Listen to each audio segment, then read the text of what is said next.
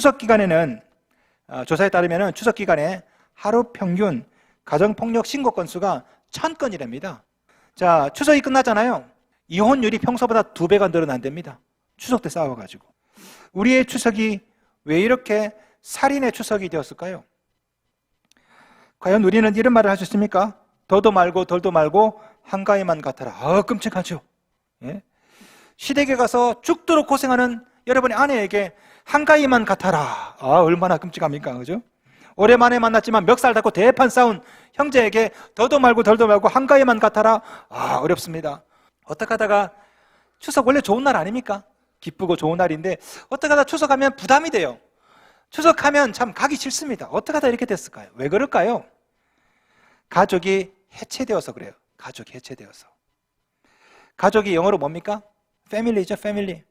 패밀리는 영어 패밀리는요, familiar에서 왔어요. familiar. 익숙하다, 잘한다라는 familiar. 그런데 패밀리가 원래 familiar한 사이인데 unfamiliar. 몰라요. 잘 몰라요. 이름도 모르고 조카를 하는데 얘가 둘째인지 첫째인지 모르고 얘가 이름이 뭔지 모르고 학년은 당연히 모르고 나이는 당연히 모르고 가끔 가다 보면 남자인지 여자인지도 모르죠. 중국은 이 패밀리를 일가라고 합니다. 일가. 일본은 가족구, 가족이라고 하죠. 가족. 예. 일가, 가족, 다 집가자를 씁니다. 집가자. 집, 한 지붕 밑에 모여 사는 무리. 요즘 누가 가족들이 한 지붕 밑에 모여 살아요? 안 살죠, 그죠? 시부모님, 부모님 모시고 사는 사람 누가 있습니까? 다 떨어져 살지. 한국은 식구라고 합니다. 식구. 식자가 먹을 식자입니다. 구는 입구자죠. 같이 밥 먹는 사이. 저는 이 표현이 참 좋습니다. 우리는 식구라고 그러죠, 식구? 요즘 누가 같이 밥 먹어요? 나 혼자 밥 먹지. 여러분 잘 보세요. 우리가 아는 가족이 점점 해체되고 있습니다. 추석이라는 명절은 남아있는데요. 패밀리는요, unfamiliar family. 잘 몰라요. 그리고 일가, 가족, 집, 한 지붕 밑에 안 살아요. 그리고 식구, 같이 밥 안 먹는다니까요. 그런데 추석 명절에 잘 모르는 사람이 한 곳에 모여 있습니다. 같이 안 살던 사람이 한 지붕 밑에 있어요. 같이 밥 안 먹던 사이가 같이 2, 3일 동안 같이 밥 먹어야 돼요. 싸우죠, 당연히. 가족이 해체되어서 이런 거죠. 성공회 대학교 김찬호 교수에 따르면요, 대한민국은 이전보다 훨씬 더 빠른 속도로 개인화되어 가고 있고 지금은요, 개인화를 넘어서 가지고 고립화되어 있답니다. 고립화. 문제는 신앙생활도 점점 그렇게 되어 간다는 데 있죠. 우리나라 개신교 신앙의 가장 큰 문제점 중에 하나가 뭐냐면 신앙의 개인화입니다. 혼자 믿어요. 혼자 구원받고. 신앙의 공동체성이 없습니다. 나 혼자 믿고 나 혼자 은혜 받고 필요하면요, 유튜브에 들어가 가지고 검색하면 됩니다. 혼자 은혜 받으면 돼요. 오늘 위로가 필요해. 그럼 유튜브에다가 위로, 설교 치면요, 한 100개 설교가 쫙 뜹니다.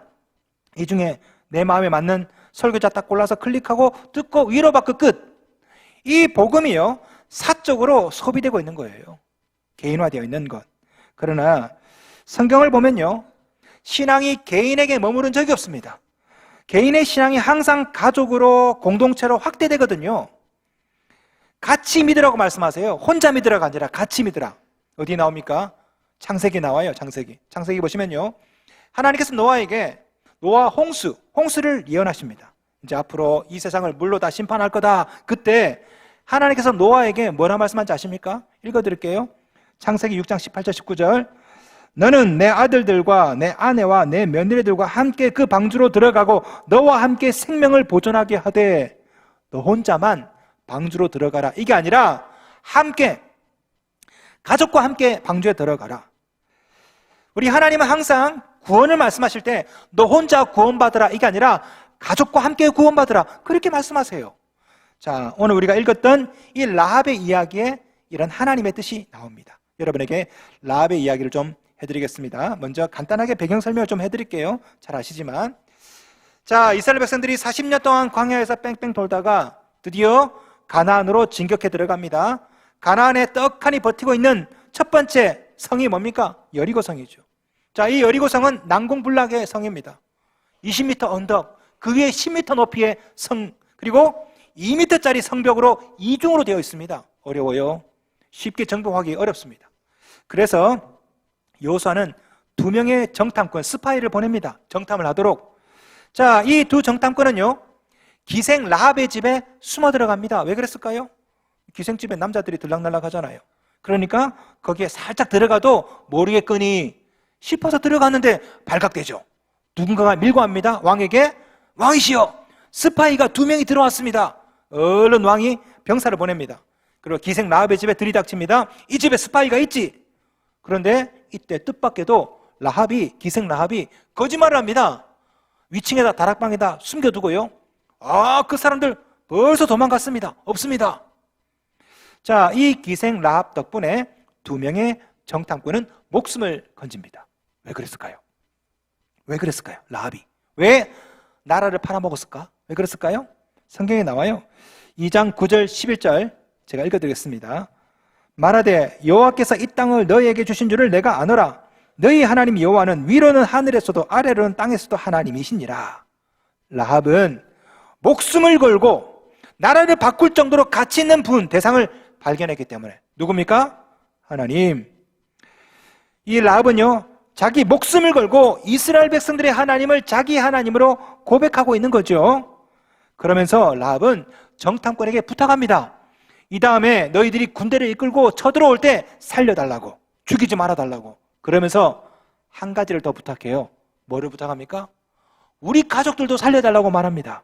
자, 2장 13절 말씀 함께 읽겠습니다. 2장 13절 시작. 그리고 나의 부모와 나의 남녀 형제와 그들에게 속한 모든 사람을 살려주. 우리 목숨을 죽음에서 건져내라. 이 라합이 자기만 살려달라고 말한 것이 아니라 나의 부모와 남녀 형제와 그들에 속한 모든 사람들 살려달라고 부탁하죠. 얼마나 기특한 효심입니까? 러시아 최고의 효자 효도르가 생각나지 않으세요? 얼마나 기특해요.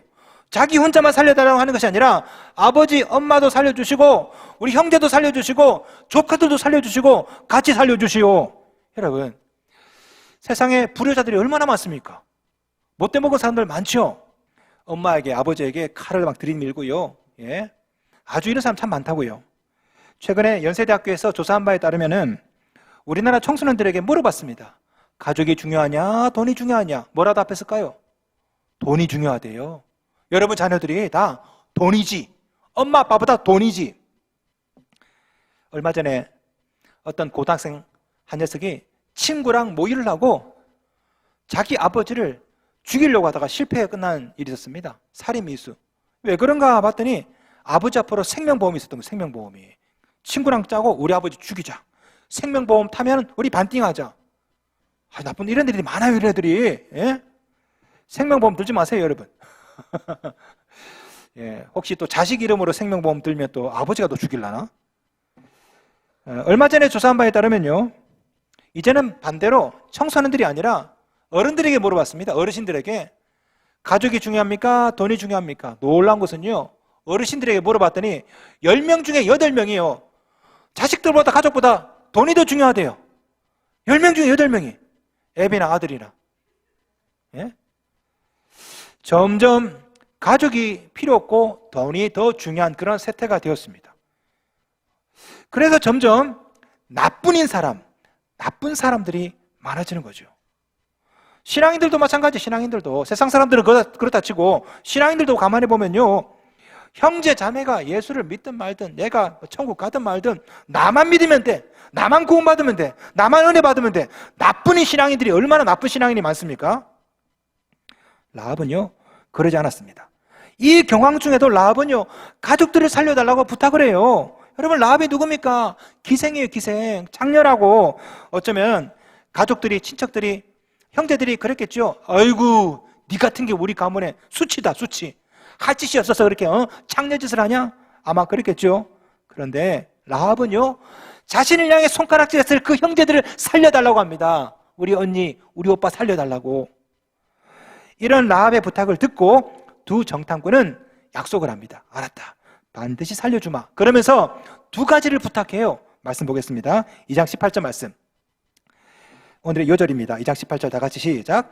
우리가 이 땅에 들어올 때 우리를 달아내린 창문에 이 붉은 줄을 매고 내 부모와 형제와 내 아버지의 가족을 다 내 집에 모으라.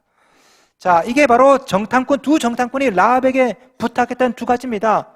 두 가지가 뭡니까? 첫째, 붉은 줄을 매달아라. 둘째, 가족을 집에 모아라.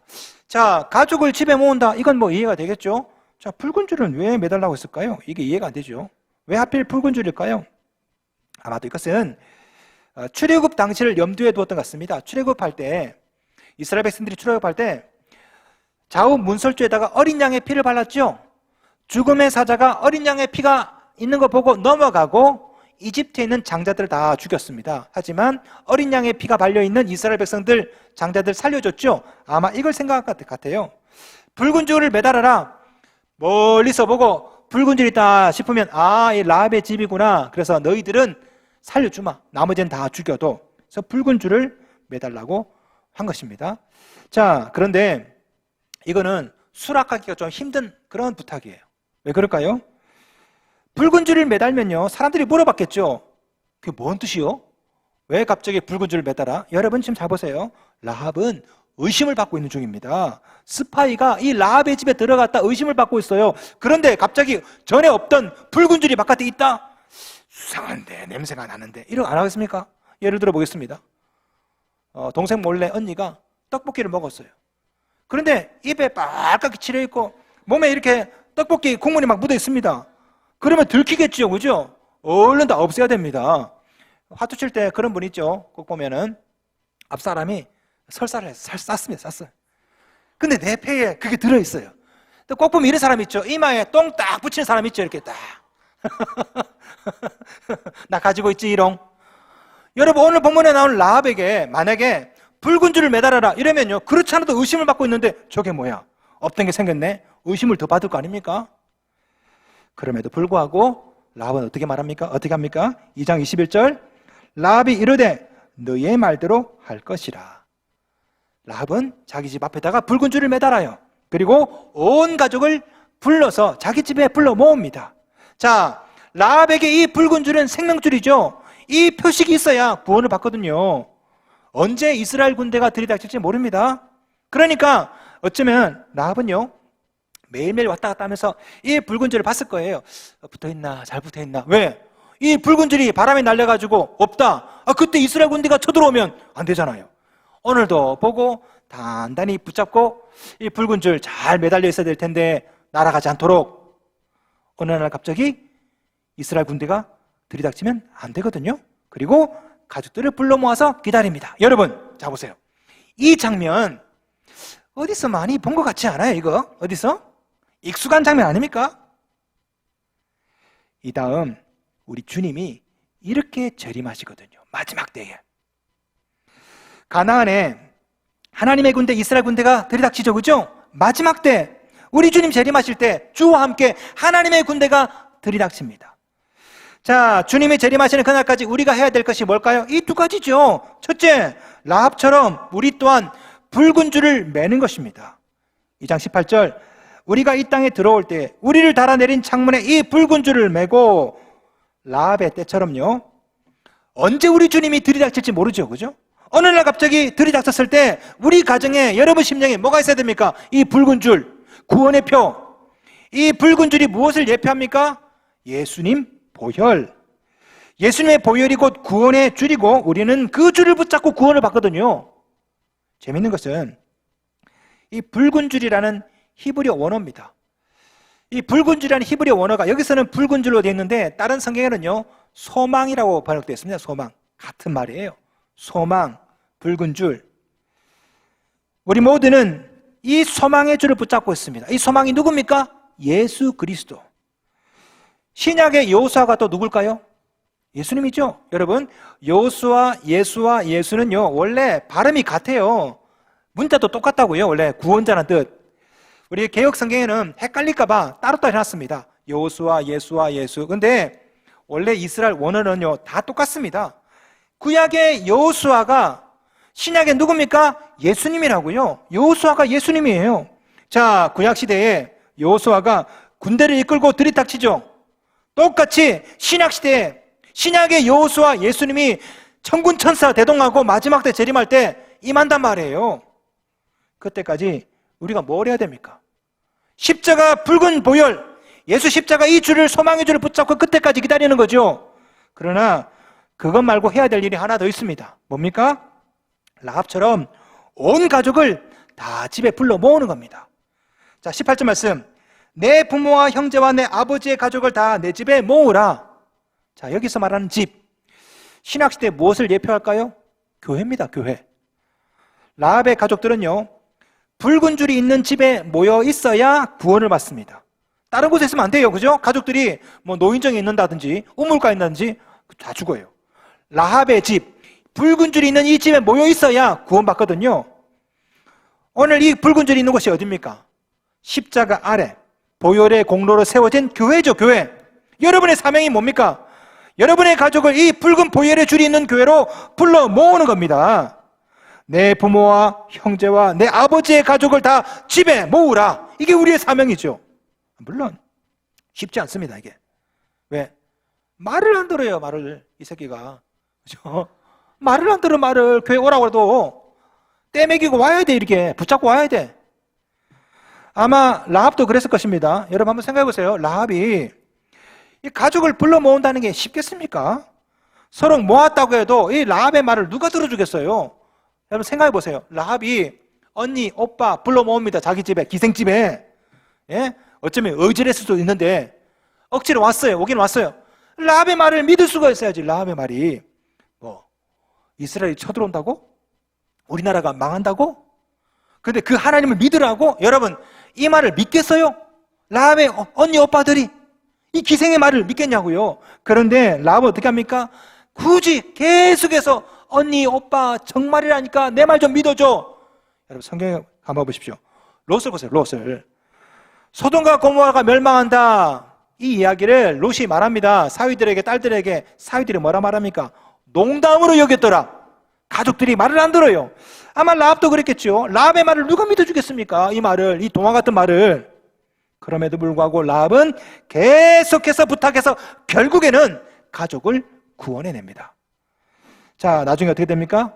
라합 덕분에 온 가족이 구원을 받고 이 라합의 후손으로 누가 와요? 다윗이. 이 라합의 후손으로 누가 옵니까? 예수님이. 그리고 히브리서 11장에는요 당당하게 믿음의 조상 그 명단에 라합의 이름이 쓰여 있습니다. 히브리서 11장에 믿음의 여인이 두 사람 나와요. 하나는 사라, 하나는 라합이에요. 이 라합은 마태복음 1장에 당당하게 기록되어 있습니다. 믿음의 조상으로 같이 믿고 가족과 함께 믿었더니 라합은 믿음의 조상이 됐습니다. 메시아의 조상이 되고. 13절, 나의 부모와 나의 남녀 형제와 그들에게 속한 모든 사람을 살려주어 우리 목숨을 죽음에서 건져내라. 여러분 혼자 믿으면 혼자 구원받죠. 그러나 같이 믿으면 여러분만 구원받을 뿐 아니라 여러분은 믿음의 조상이 되는 것입니다. 하나님은 여러분 혼자만 이 붉은 줄을 붙잡고 구원받기를 원하지 않으세요. 가족과 함께 구원받기를 원하십니다. 이게 하나님의 뜻이에요. 사도행전 보시면 고넬료가 나오죠. 고넬료. 베드로를 초대합니다. 고넬료가 이 베드로의 말씀을 듣기 위해서 어떻게 합니까? 그의 친척, 가까운 친구들 다 불러 모아서 베드로의 설교를 들어요. 이게 우리가 해야 될 일입니다. 사도행전 보시면요 바울이 감옥에 갇힙니다. 근데 지진이 나가지고 옥문이 열렸어요.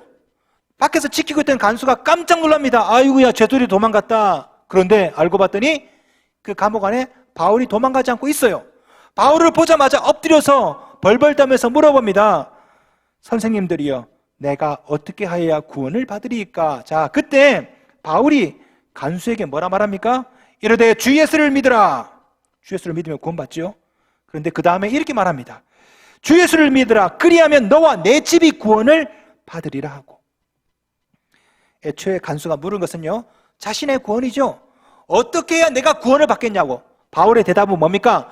주 예수를 믿으면 너와 내 집이 구원받게 된다. 이게 하나님의 뜻이에요. 여러분이 예수를 믿으면 여러분이 예수를 믿는 것이 아니라 나중에 가족들도 다 같이 구원받게 됩니다. 이게 원래 하나님의 뜻입니다. 이르되 주 예수를 믿으라. 그리하면 너와 내 집이 구원을 받으리라 하고. 우리 하나님이 원하는 하나님의 큰 그림은 여러분이 예수를 믿고 여러분과 여러분의 집이 다 구원받는 것, 이게 하나님의 원하시는 바인 줄로 믿습니다. 성도 여러분, 하나님께서 여러분을 왜 택하셨을까요? 왜 구원하셨을까요?